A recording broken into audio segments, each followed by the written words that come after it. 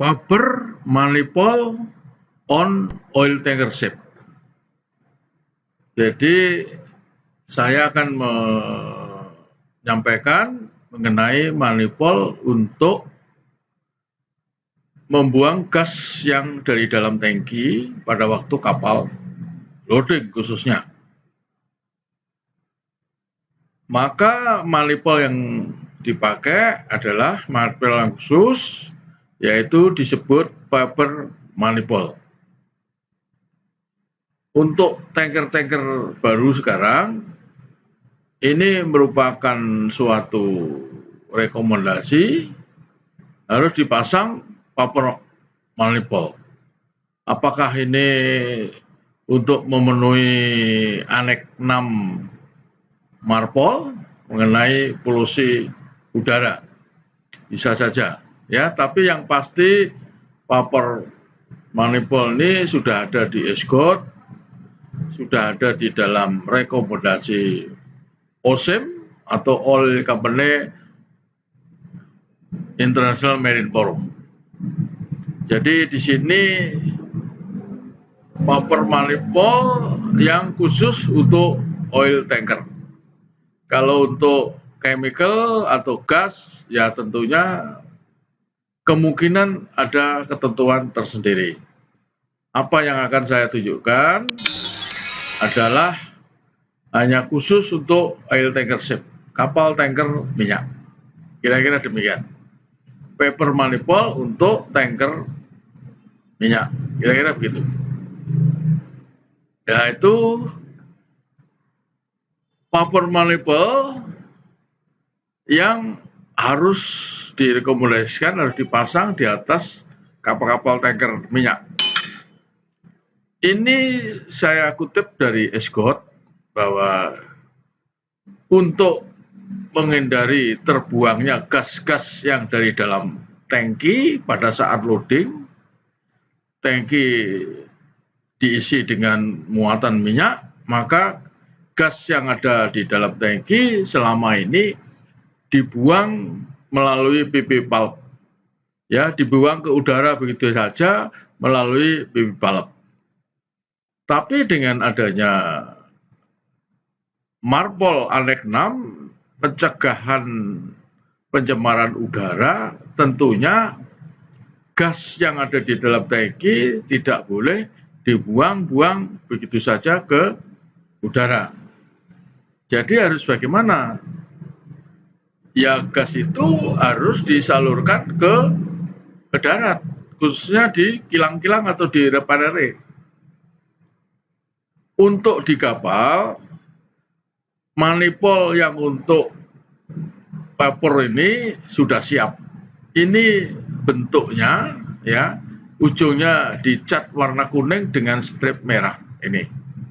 Ya, ini ukuran-ukurannya, ya, ukuran dari bautnya, ukuran dari lubangnya, ya, ukuran dari strip merahnya, ya, ini semua sudah ditunjukkan di dalam ESGOT, ya.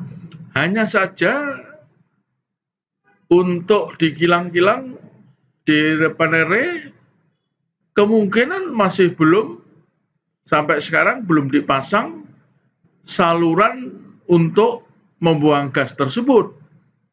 Jadi dari manifold ini disambung selang, baru selangnya nanti ke tangki di kilang, entah dengan cara diapakan, mungkin gas itu diproses sehingga tidak akan menimbulkan polusi udara. Ya, bentuk paper manifold adalah seperti ini. Ya, jadi ini bentuknya. Ini saya kutip dari ESGOT, ya, saya copy dari ESGOT, ini saya tunjukkan.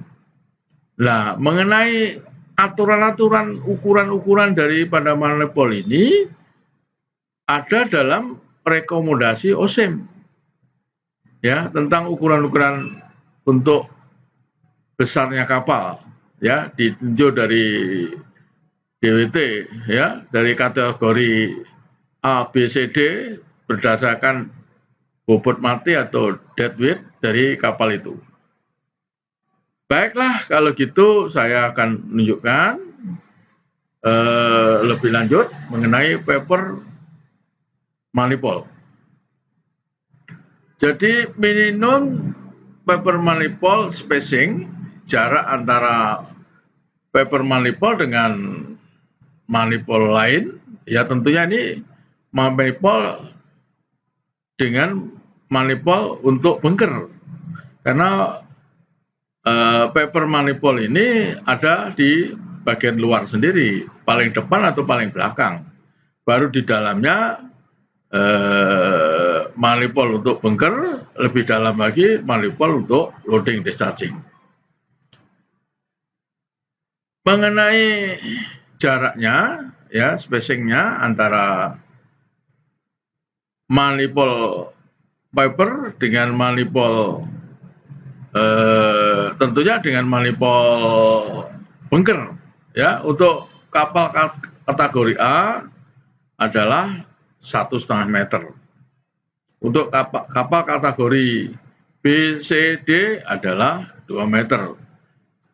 Untuk kategori ini sudah saya tunjukkan pada bagian mengenai manifold kapal tanker, ya. Kategori A, kapal yang DWT-nya 16.000 sampai 25. Kategori B, kapal yang DWT-nya, ya ini summer DWT, antara 25.001 sampai 60. Baru kategori C, kapal DWT-nya, summer DWT-nya 60.001 sampai 160.000 ton DWT.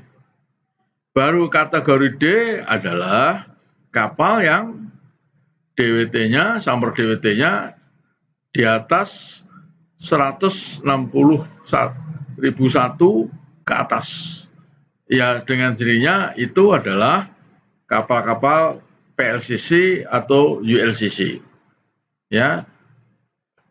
161 sampai 300 adalah PLCC. 300 ke atas adalah ULCC. Maka inilah persyaratan untuk paper manifoldnya, spacingnya. Ya, jadi center to centernya. Untuk A 1,5 meter, untuk BCD 2 meter. Baik, saya akan lanjutkan.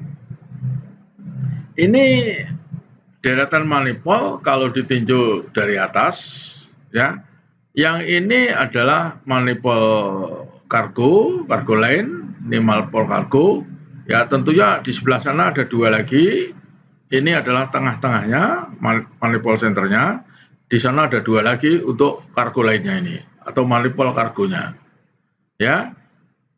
Di sini ukurannya untuk manifold kargo sudah dari awal tentang manifold adalah 12 inci. Yang ini 12 inci, yang di sono nanti dua juga 12 inci. Baru bunkernya mungkin hanya 6 inci. Ini, ya. Diameter dari manifold bunker adalah 6 inci. Ya. Berikutnya yang menjadi topik pembahasan di sini adalah paper manifoldnya. Berapa diameternya? Diameter daripada manifold paper manifold ini adalah sama dengan manifold loading discharging atau kargo, yaitu 12 inci. Ya. Jadi bentuk daripada manifold paper manifold ini yang ciri khas adalah dicat warna kuning dengan dikasih strip merah-merah di dalam, di luar merah. Yang lebarnya ini kira-kira 10 cm stripnya ini. Ya, kira-kira gitu. Ini ciri khas daripada paper manifold. Ya, kira-kira gitu. Ini untuk kategori A. Berikutnya untuk kategori B, yaitu kapal yang mempunyai DWT antara 25 sampai 60.000. Berapa diameter daripada manipul lainnya, manipul kargonya, yaitu A16. Ini juga 16, ini tetap A6, baru ini tetap 12 inci. Ya, ini kargo manipul, bunker manipul, baru ini paper manipul, yaitu 12. Ya, ini ketentuan dari OSIP. Kira-kira begitu. Berikutnya untuk kategori C. Untuk kategori C, manipul loading discharge-nya, manipul kargonya, diameternya 16. Ya, diameternya 16. Diameter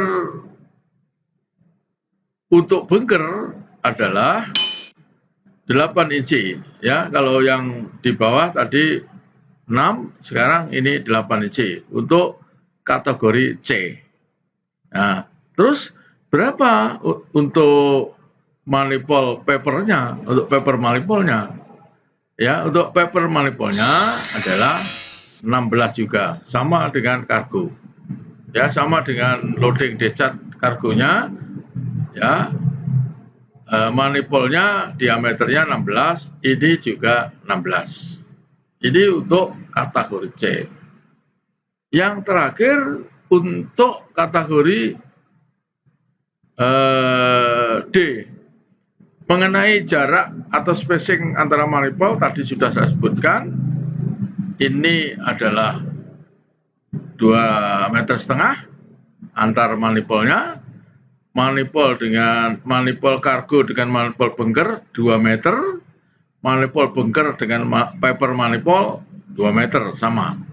Ya. Ya, untuk yang sebelumnya mungkin ini hanya 2 meter. Ya, ini saya contoh yang tadi, ya. Nah, ini. Ini 2 meter, 2 meter, 2 meter. Ya. Yang sebelumnya ini 1,5, 1,5, 1,5 untuk kategori A. Untuk kategori B 2 meter, 2 meter. Kategori C, ya, untuk kategori C adalah antar manipul loading, antar manipul di kargo manipul adalah 2,5, sedangkan yang lain antar loading discharging manipul dan bunker manipul 2 meter, manipul bunker dan manipul papernya 2 meter juga minimum. Ya, ini ketentuan daripada OSIP, ya. Suatu rekomendasi daripada OSIP, ya. Oke, ini mengenai diameter manipulnya. 16, 8, 16, 16. Selanjutnya paper manipul kategori D. Ya, kategori D yaitu kapal yang summer DWT-nya lebih dari 161.000 ton. Ya, kira-kira begitu. Maka di sini jarak antar manipulnya ini 3 meter, yang di sini sama 2 meter, 2 meter. Baru diameter manipul untuk kargo ini sudah saya sebutkan, khusus untuk tentang manipul tetap ini 20, baru ini 8 inci, ya. Jadi baru yang ini adalah 16 inci, tetap 16 inci.